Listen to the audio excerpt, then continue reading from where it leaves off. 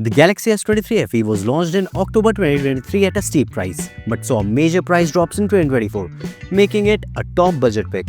Now, in 2025, it's even cheaper. But is it still worth buying, or should you look elsewhere? Let's find out. So, the most attractive factor about the S23 FE is its heavily discounted price. While it was launched with a heavy price tag of 60,000 rupees or $600, you can get one now for as low as $290 or 28,000 INR during festival sales, which makes it a killer budget smartphone. Or does it?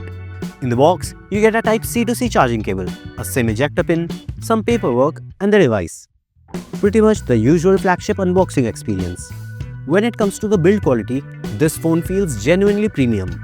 The curved aluminum frame is smooth to touch, and the glass back, while prone to fingerprints, adds to the overall high-end feel. Both the front and back glass are protected by Corning Gorilla Glass 5, which is decent. But let's be real, I accidentally dropped this phone, and despite having a screen protector and a case, the display still cracked. However, after getting the screen replaced, I dropped it multiple times again, by accident of course, and this time the screen held up just fine. The Galaxy S23 FE also comes with IP68 dust and water resistance rating, so it can easily handle rain, splashes, or even submersion in water, which although I don't recommend doing, as water damage is not covered in basic device warranty. Now, let's talk about connectivity.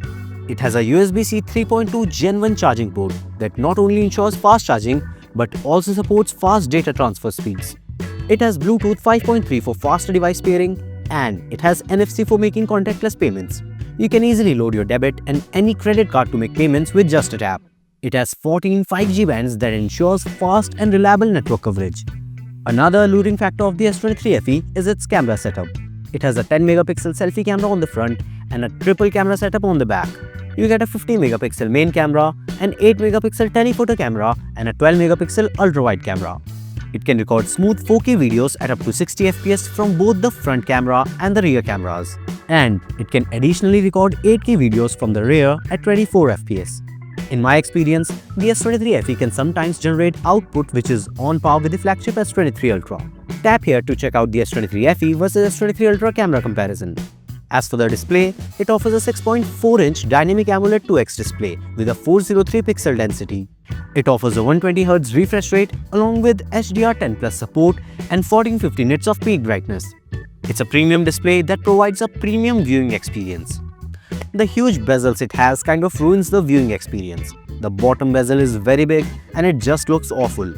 I mostly use dark mode and dark themes with this device, so with time I've gotten used to it, so I don't notice it anymore.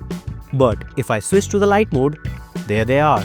It has an in-display optical fingerprint sensor, which is, although not as fast as the ultrasonic one, it does the job. If you're enjoying this video so far, then please hit the like button and subscribe to the channel. It truly means a lot. The S23 FE US variant is powered by Snapdragon 8 Gen 1, while the international variant has the Exynos 2200, which is Samsung's in-house processor. Both processors are based on a 4nm fabrication, so they are both powerful and power efficient. Although, while playing heavy games like PUBG and Genshin Impact, it does get a little bit warm, which is understandable since it's not a performance-centric gaming device. Since it can run heavy games on medium settings, it's a great device for casual gaming and everyday use even in 2025. You can also check out my detailed S23 FE gaming test for more insights by tapping here. One thing that I think could have been better is the battery. This device is powered by a 4500 mAh cell that is lacking as per 2025 battery standards. Although, if you're a light user, then you'll be able to squeeze in one full day of usage on a single charge. I personally use my phone extensively throughout the day and I have to charge it twice daily. I also did a dedicated battery charging and drain test of the S23 FE. You can check it out by tapping here. Talking about charging, it supports fast wired charging at up to 25 watts, which takes it from 0 to 100 in about 1 hour and 15 minutes. It also supports fast wireless charging and wireless power sharing that lets it charge other wireless devices. One thing which is often forgotten but is of the utmost importance when going for a new device is software support. The S23 FE came out with Android 13. Currently, it supports Android 14 and it is set to receive Android updates till 2027 and security patches till 2028. So, even if you get the S23 FE in 2025, you can easily use it for another 3 years without any issues. So, should you buy the Galaxy S23 FE in 2025? Well, if you're looking for a budget flagship that delivers a premium build, great cameras, and a stunning display, then yes, the S23 FE is still a fantastic choice, especially at its heavily discounted price. It offers most of what you'd expect from a high-end Samsung device without breaking the bank. However, it's not without its flaws.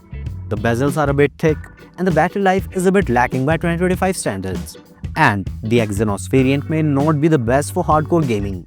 But if you can look past these minor drawbacks, the S23 FE still holds up well as a well-rounded smartphone that offers great value for money. At its current price, it's hard to ignore, making it one of the best budget flagship phone in 2025. Tell me in the comments, will you go for the S23 FE in 2025 or are you leaning towards some other newer devices?